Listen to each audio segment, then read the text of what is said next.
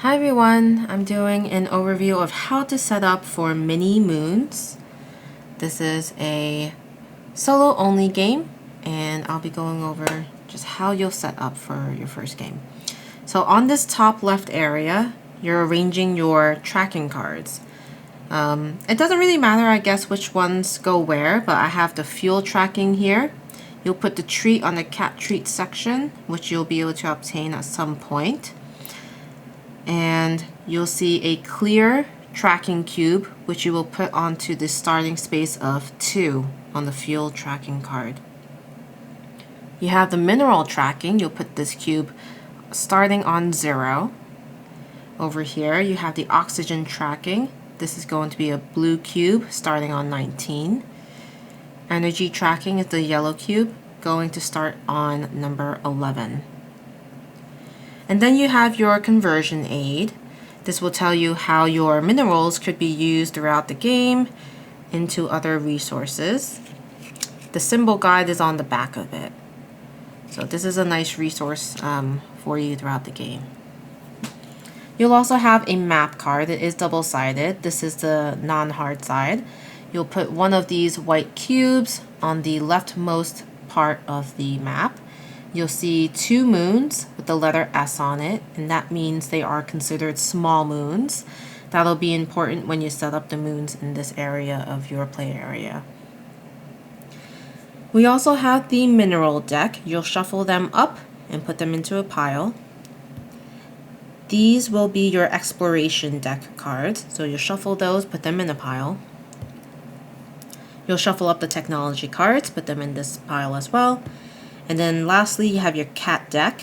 You'll shuffle those and put them face down here.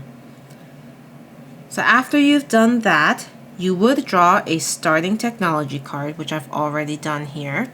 So you'll see this is where it would come from. You'll draw one.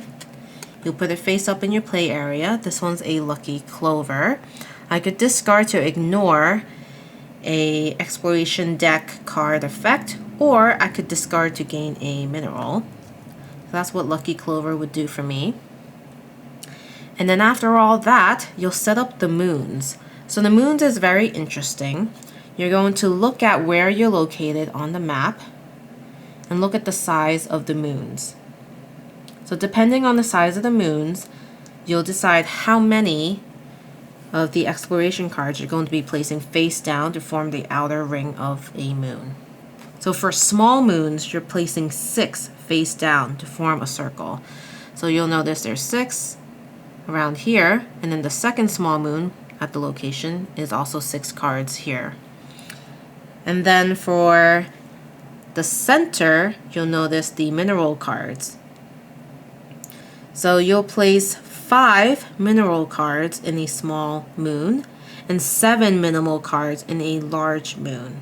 And the large moon would have actually 8 of the exploration cards around it. So when you get to this location, you'll put 1 small moon of 6 exploration cards and 5 mineral cards. And then over here at this location, you'll have 2 moons that have 8 around it, and then 7 in the middle. Your goal is to work through this map so that you return home. And the amount of cats that you rescue during your mission will give you a victory point.